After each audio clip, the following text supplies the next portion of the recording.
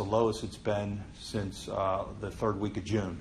So we're starting to see real progress. As we saw those net numbers start to stabilize over the last few weeks, the orders that Dr. Bogan and her team put out in late June and then modified in early July have had an effect. And I think really it's been the folks in the region wearing their masks, keeping socially distancing, following the mitigating strategies that our health professionals at the federal, state, and certainly local level have given. So the cooperation has been tremendous. And obviously, as we start back into school over the next few weeks, both at the K through 12 and the college and university level, the challenge is going to continue as more people are out and about and have a potential for spread. So it is really, we went into the green on June the 5th, and then we saw those numbers spike about 2.5, almost 3 weeks later. And then since then, when the mitigating strategies came into effect, they stabilized and then, slowly came down. And we do want to stay under that 5% positivity rate. For April and May and early part of June, we were in very low numbers, 2-3% off, and sometimes even 1%.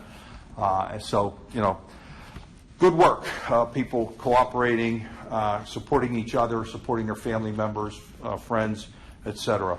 A couple things we did want to hit upon, though. I wanted to talk about some of it dealing with racial disparities. I've been hearing from some folks in the community, in our African American communities and communities of color, of some people not necessarily always wearing their masks.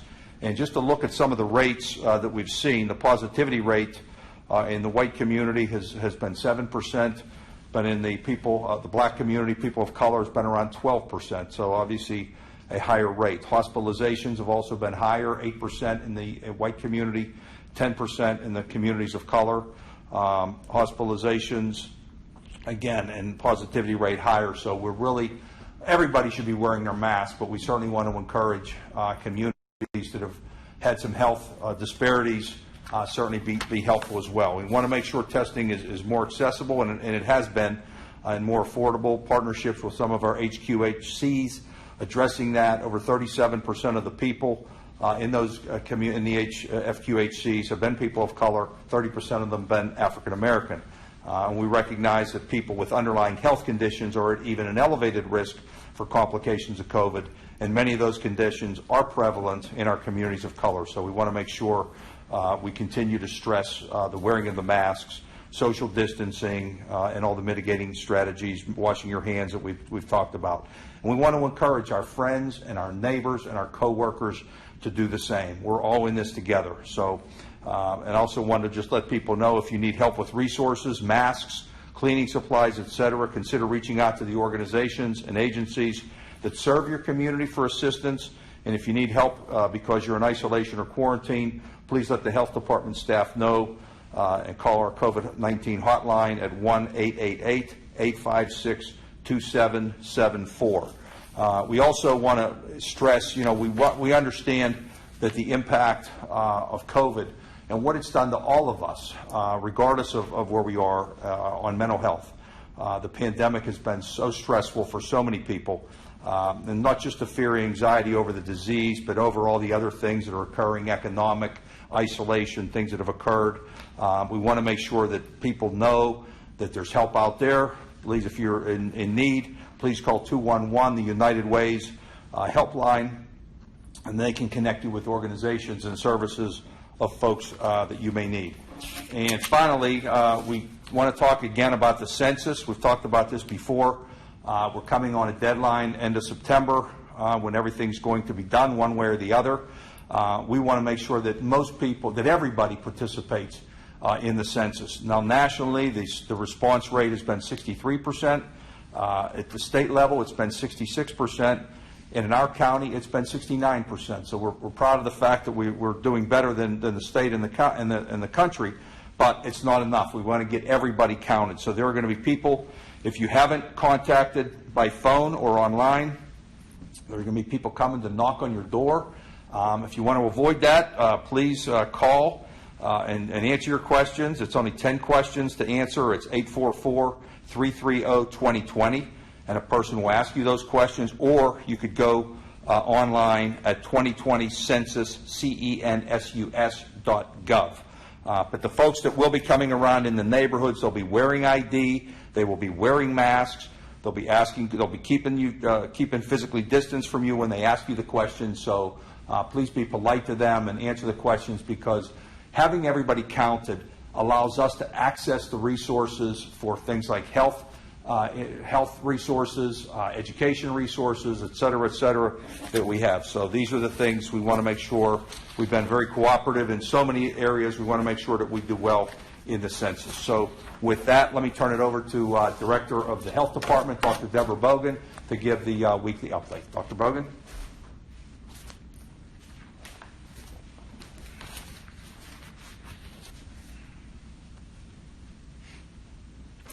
Good afternoon, and thank you for joining us again today. So we hit a nice milestone this past week. For the first time since cases in Allegheny County surged in late June and early July, the weekly average of new daily cases was below 100. And I'm so pleased with the hard work our community has put in over the last several weeks to reduce the spread of the virus in our community, which is reflected in the decline in our case numbers. So businesses, including restaurants, stores, gyms, salons, they found ways to stay open and stay safe. Many of you are making decisions every day that keep you and your neighbors safe. You're limiting your trips out of the house to essentials like food, medicine, and exercise. You're wearing a mask when you go out. You're keeping your distance from others, and you're washing your hands or using hand sanitizer on a regular basis. And that is all great. Keep it up. Remember, these are the steps that we all need to do to keep both ourselves and our community safe. We all have a part to play in limiting the spread of the virus. And to those of you who have not joined this important effort, to businesses that ignore or even flaunt the public health orders and safety guidance, to people who don't wear masks, to people hosting large parties, and to those of you who are attending those parties, we really, really need you to get on board. The virus is not a hoax. It is not a rumor. Cases have been identified in nearly every neighborhood and municipality in our county. People are getting sick, and unfortunately, many have died. We've had 273 deaths in Allegheny County and nearly 7,400 in Pennsylvania. We need you to take this seriously. We need you to be part of the team, and we need you to be a good neighbor. Controlling the spread of this virus takes all of us. We must all work together. The reason I am stressing this today is because we are at a critical point in this pandemic. Our school season is about to happen. We would all like to bring children back to school for in-person instruction, but that is challenging if rates of infection are high in communities. This week, the state released guidance to help districts bring children back to school safely. The state suggested that schools consider two metrics when considering how they will reopen, whether all in person, a hybrid model, or all online. The two metrics are incidence rate and positivity rate, and these numbers allow us to assess the level of community infection and transmission. The incidence rate is the cumulative number of cases, new cases, over a 7-day period per 100,000 people. In Allegheny County, that number for July 31st to August 6th is 50.1, according to the state's COVID-19 Early Warning Monitoring System dashboard. That puts Allegheny County right in the middle of the moderate category for community transmission. The positivity rate tells us what percentage of tests are positive, and according to the state's dashboard, Allegheny County, the percentage for that same week, July 31 to August 6th, is 4.7%. And that puts Allegheny County at the upper end of the low community transmission category. Schools can use these metrics and other resources from us, the State Department of Health, the State Department of Education, and the CDC to make the best decisions for their individual schools and communities.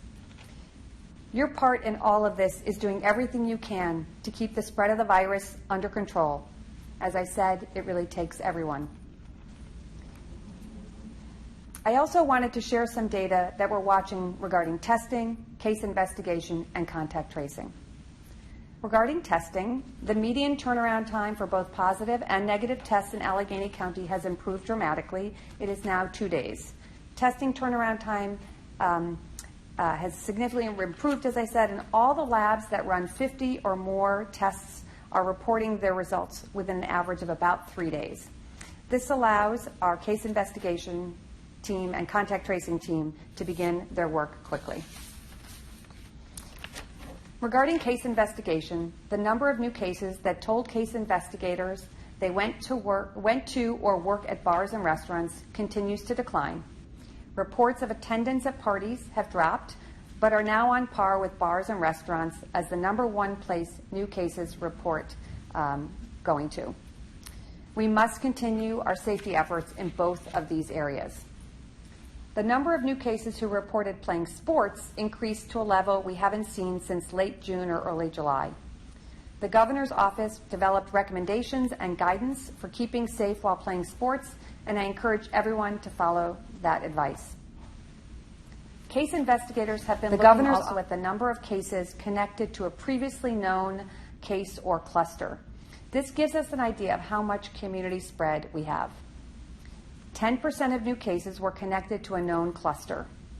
These could be within families, workplaces, nursing homes, or other care facilities. 53% of new cases had close contact with a known case of COVID-19, and this suggests that about half of the cases don't know how or where they contracted the virus. 3% of new cases had close contact with a known case of COVID-19, and this suggests that about half of the cases don't know how or where they contracted the virus. This is why it's so important that we all remain vigilant and wear our masks. Our contact tracers continue to reach a majority of the close contacts identified by our new cases. Last week, contact tracers reached 83% of close contacts they had information on. We know, however, that this doesn't represent all close contacts of new cases. Recently, some new cases have declined to provide information on their close contacts. And we really need this information. It stays confidential. Close contacts won't know who identified them. No one did anything wrong, and no one gets in trouble. This is really just how we keep people safe. And sometimes the cases tell us that they have already talked to their contacts, and therefore we don't need to. And we appreciate that you reach out to your contacts, we really do, but it's important that we reach them ourselves to provide important information. Contact tracers provide information about access to services, tips for staying safe during quarantine, and much more detail. So they also provide an official quarantine letter, which may be needed to arrange time away from work. So I'm asking you to provide contact information to allow us to ensure the safety of our community. It has been nearly 5 months since our first reported case of COVID-19 in Allegheny County. We have been through a lot in those 5 months. I thank you all for the hard work, for sticking with it, and for being there for one another. So thank you, stay safe, and please be kind.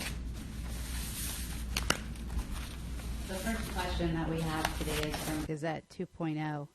Kids ages 0 to 9 make up 2% of cases in the county, while ages 10 through 19 make up 7%. The numbers are very similar at the state level. Why is this? Are children less likely to contract COVID, or does it speak more to behaviors of these age groups, or are they simply not being tested?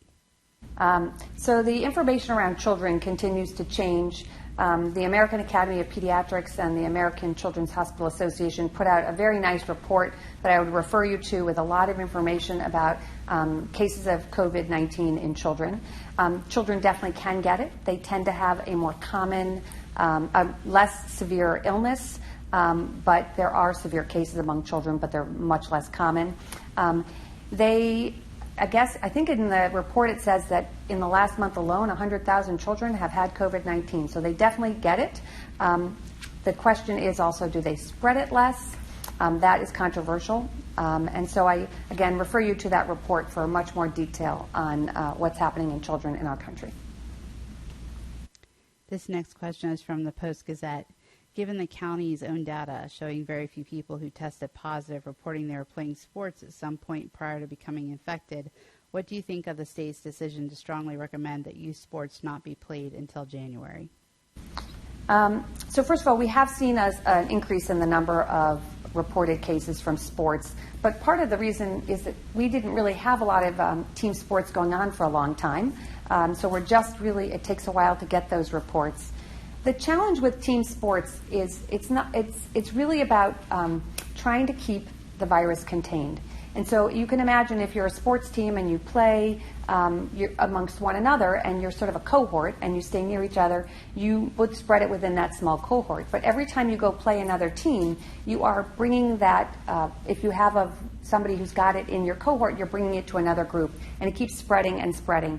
And so the thinking behind stopping team sports isn't stopping sports, it's stopping the spread of the virus as you play team after team after team.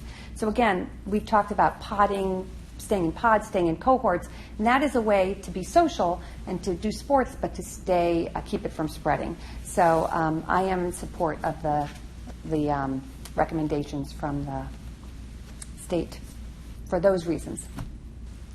This next question is from multiple outlets and it's being asked in multiple ways, so I'll try to make it short and sweet. The Southwestern Pennsylvania Restaurant and Tavern Association has said that some bar and restaurant owners are discussing the possibility of opening up more of their businesses and essentially following the CDC guidelines but disregarding the orders that are in place from the state and the county. So we're being asked if that happens, whether the county's COVID-19 response team or other organization may, how they will handle it and what the county's response is to this possible restaurant revolution. I'm sure that our county executive would like to comment, but I would like to just give a plea and a beg, please don't do that. It is a critical time. We are having schools returning. All of our colleges and college students are returning to town over the next couple of weeks. We really need to support our return to education, and the more community spread we have, the harder that will be. We have done such a good job. I know people are frustrated and they want to be out. I want to be out, but I am not going out. And I just think that the results will be that 2 weeks from now, we will have a huge problem on our hands. And so I implore you, from a public health perspective, that would just be a huge nightmare for us all. And so to those of you who need social engagement, again, physical distancing is what we ask for you. We ask you to stay apart. That doesn't mean you don't need to be social. You can be physically distanced and be social without having huge parties. So please, from a public health standpoint, I encourage you not to do that. I'm sure the county executive would like to comment. Yeah, let me echo the words of Dr. Bogan. We do implore you. We know the strategy has worked. What she has done and her team have recommended since late June, early July, has led us to the point where we're now at a good place where the numbers have come down. If we reverse that, and we're going to go back up again, and now we start to put the rest of our economy at risk, because the one thing that Dr. Bogan and her team were able to do in just dealing with isolating where the contact tracing took us allowed us to keep retail, manufacturing, construction, real estate, automotive, salons, hair, gyms, et cetera, open.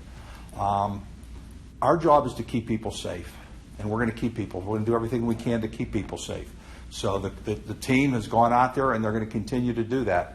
The law is the law. The state has put something down, and we're supporting them and supportive of that. So I would hope, we understand the pain and the stress that this is putting on.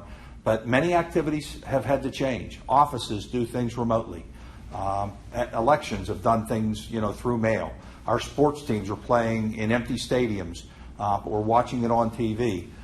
Go patronize your restaurant. Please, go do takeout. Sit outside. Do the things to keep your restaurant employed. But we cannot have people going rogue and just deciding on their own that they're going to break the law. People might not like the speed limit on a certain road, but guess what? You got to follow the law. Other laws people may disagree with, but we've got to follow the rules. The state has put these in place in working with our local health department. So, again, we implore people to do what we need to do, but we're going to do what we need to do to keep people safe. This next question is from KDKA Television. Wondering if the county can update us today on the COVID-19 field response team and how their work is coming along. Sure. Thank you for that question. The COVID response team continues to be very busy. They have visited more than 1,200 facilities, and about 88% of them were following all of the COVID safety recommendations.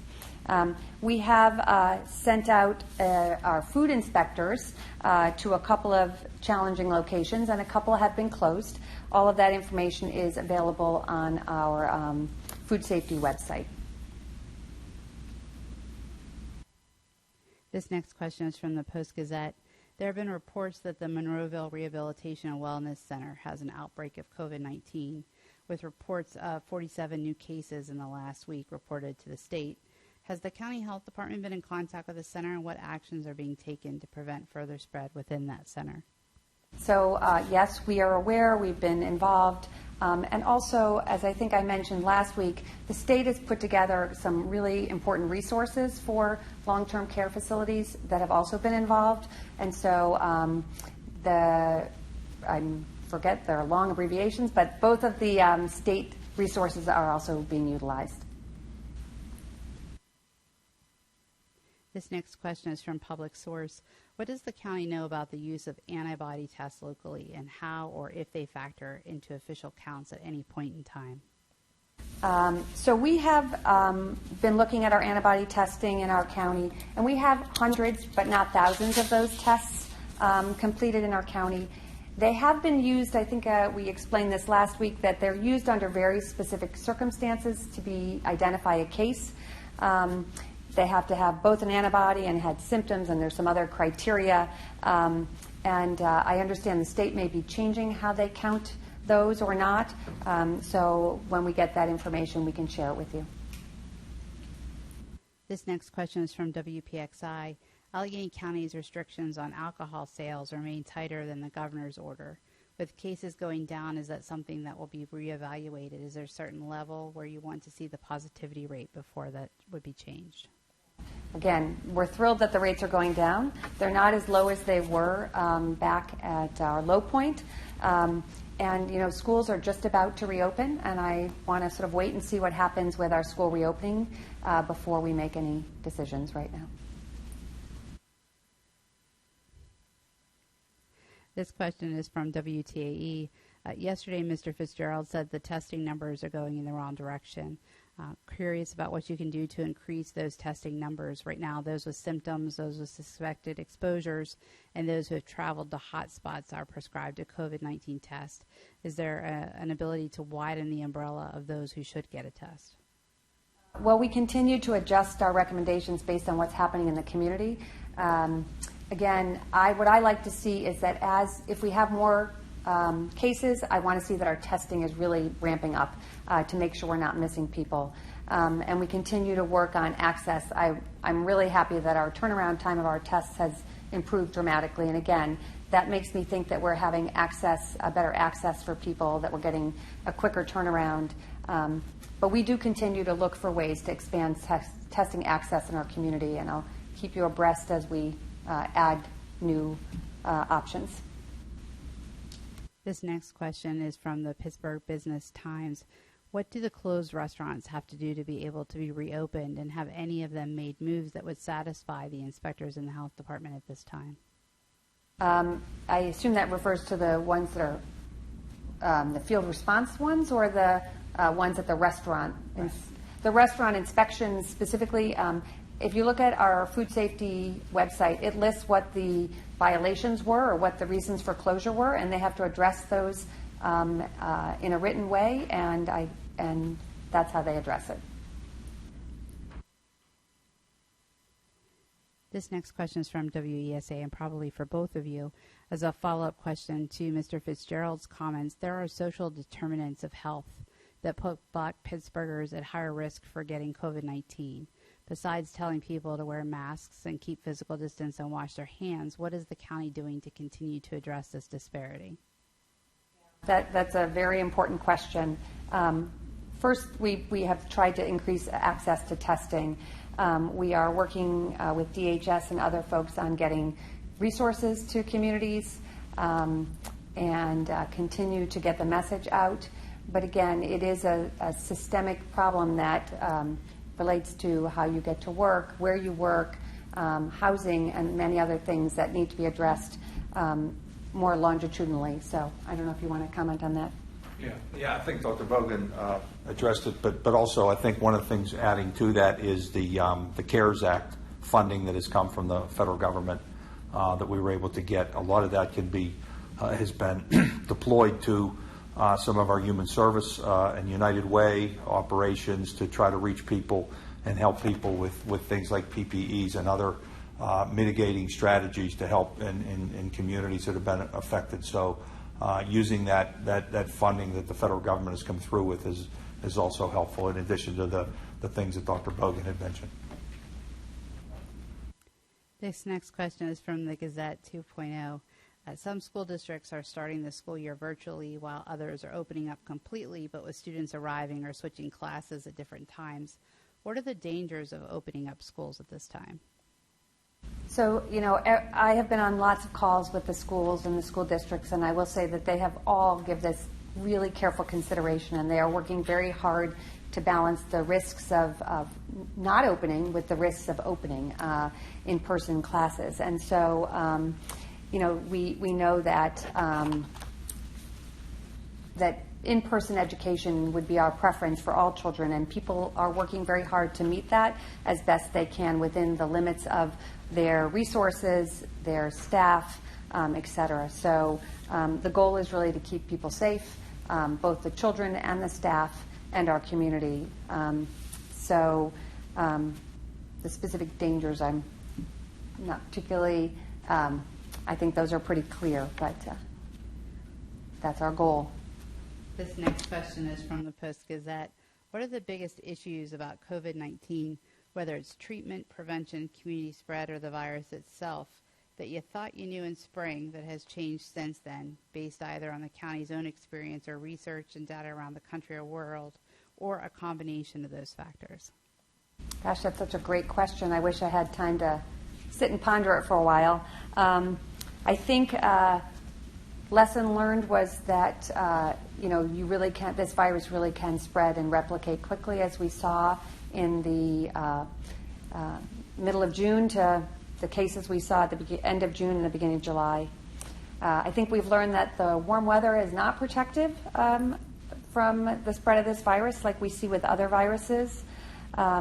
I personally have learned a lot more about supply chain. As a physician, that was never part of my the words I used on a regular basis, but I learned a lot about the importance of supply chain, and both for PPE and for testing. I'll have to give that some more thought, and if I think of other things, I'll get back to you. This next question is also from the Post-Gazette, and it's for the county executive. What impact do you think the inability of Congress to reach a deal to extend the additional $600 and employment benefits has on Allegheny County? It will have a significant impact, not just in Allegheny County, but throughout this country. We still have not seen the end of the economic impact that have affected so many people. We talk about our friends in the restaurant industry, the restaurant owners as well as the workers, and other industries that have been severely affected in the hospitality industry, hotel, travel, airline, et cetera, people in the entertainment business that rely on crowds coming forth to a theater, to a show, a performance, those things that have been hurt. So, we've got to make sure that those people in those industries and the work there are also taken care of. So we're hopeful that the House and the Senate and the White House can come together. They may not agree on every other issue, but hopefully they can get relief for some of the folks that are out there. Let me also add to Dr. Bogan's comments regarding the schools. A lot of school districts have different plans. Some of them have the in-person, some of them have a hybrid, some of them have remote.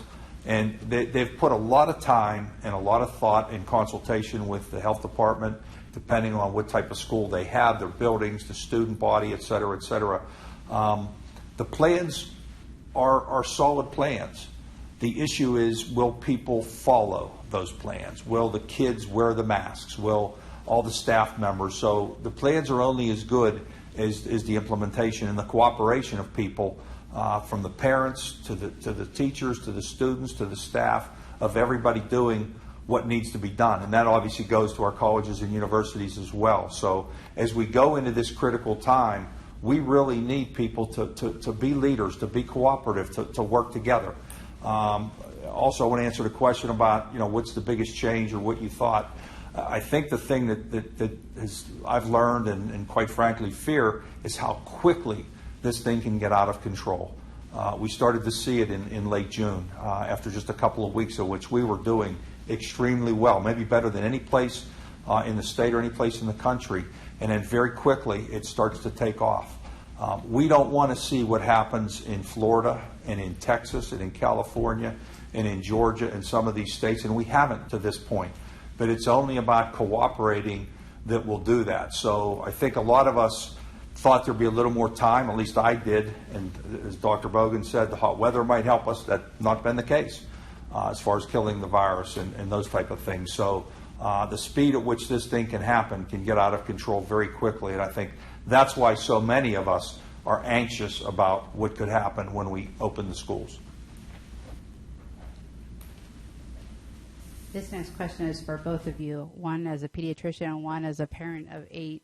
How will parents, teachers, and other school leaders get the message through to students and children about the importance of wearing a face covering and enforced mask wearing, particularly among our teens and college students? I guess I'll start, then I'll defer to the pediatrician. As the father of 8, my kids are out of school at this point. But thinking and my wife and I talking about what we would do and how we would handle during those years, we really want to implore the parents to impart to their kids to follow the rules. That mask is important. It's important to protect your teachers, your coaches, your other students, and then coming back home. If you're not wearing your mask or somebody else isn't wearing their mask, and then you come back home, you could give it to mom and dad or your aunt or an uncle or your grandparents. And folks at the older ages are obviously going to have much more risk when it comes to their health. So, we need our kids to really step up, to really do something for their community. And so many kids are willing to do that. Kids go out, children love to serve and help their community. This is one way in which they can do that. Wear that mask when you're in class, wear that mask when you're around other kids, and hopefully, at least some of the activities can be as normal as possible.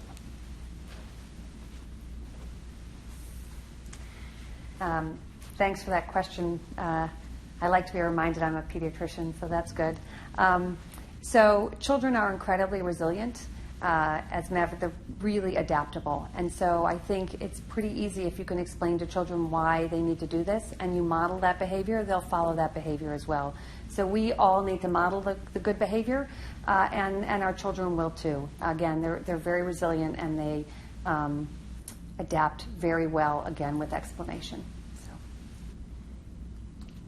This next question is from WPXI. The numbers appear to show more deaths occurring in long-term care facilities. How concerned are you that there could be an outbreak or further problems because of that? Well, I am concerned, and we continue to see that we have outbreaks at our long-term care facilities. What gives me hope is that we have a much faster response now to when we see outbreaks happening. We have teams that go in and help them. Again, the state has developed a rapid response system to help them when there are outbreaks. We do continue to see them, and I worry that we will continue to have outbreaks, but our hope is that they will remain small, contained, and rapidly responded to. This question is from Gazette 2.0. Schools are typically known as a hotbed for illnesses. Is it possible that coronavirus spreads like wildfire? So interesting, I sort of think about the experience we've had in the child care centers. We know that there have been child care centers open throughout the pandemic. And we have not seen huge numbers of cases in our child care centers. And, if you look at child care in general before the pandemic, a typical child in the first year in a child care center will get about 6 to 8 upper respiratory infections a year. And again, with mask wearing, with staff wearing masks, with kids who are older wearing masks, they've done a great job at limiting spread in child care centers. So I hope that, again, if we follow all the guidances that have been put in place, and there's been so much careful planning from schools, that if they follow those guidances that have been put in place, we really shouldn't see enormous spread within schools, just like we haven't seen it in child care settings. So that's my hope, is that people will adhere to the physical distancing, to face masks, to not sharing food utensils and things like that, keeping ventilation optimal as best we can. All that will reduce that from happening in our schools. This final question is from WTAE. If schools go to all online learning, even if it's for a few weeks, what should they consider doing related to other external activities, not just sports, but things like marching band or other extracurricular activities after school? I'm not sure I entirely understand the question that's being asked. Do you understand what they... I think the question is, if you're going to suspend school, should you also suspend marching band and other extracurricular activities as well, or can those activities continue? Again, I think it depends on the activity, the size of the group, where it's going to take place. And again, I leave that to the schools who have given this. I mean, that's what they've been spending their whole summer planning, and they understand how the virus is transmitted. They understand the risks, and so schools need to balance that. They know their activities. Some activities certainly are lower risk. I talk about, tennis and golf compared to football and basketball, which are contact sports. Again, it depends on the activity and how you're managing it. That was the last question. Okay. Do you have any closing remarks? And let me also, I think the governor also addressed kind of that last question about, I think his recommendation, I don't want to misquote him, but I think it was something along the lines of if you're not going to be in school, it's going to be tough to have other extracurricular activities in the same school. But each district's going to have to make their own decisions, as Dr. Bogan said, based on the recommendations, based on their spacing and all the things that they can do. It's, again, to see the numbers this week, as Dr. Bogan talked about, and I mentioned it early on, we've seen improvement, and it only happens because, so many people are cooperating. You can see it just walking on the streets or just going to different places. So many people are wearing their masks, which is excellent. That's, you're helping your community. You're being patriotic. You're doing the things that you can do to protect your neighbors, to protect your friends and coworkers and folks like that. So we want to continue that. Again, we've got some challenging times ahead as school opens up. We want to keep those numbers heading in the right direction, but it only happens if we continue to cooperate. So let's continue to cooperate, continue to wear our masks, keep social distancing, and let's be safe. Thank you.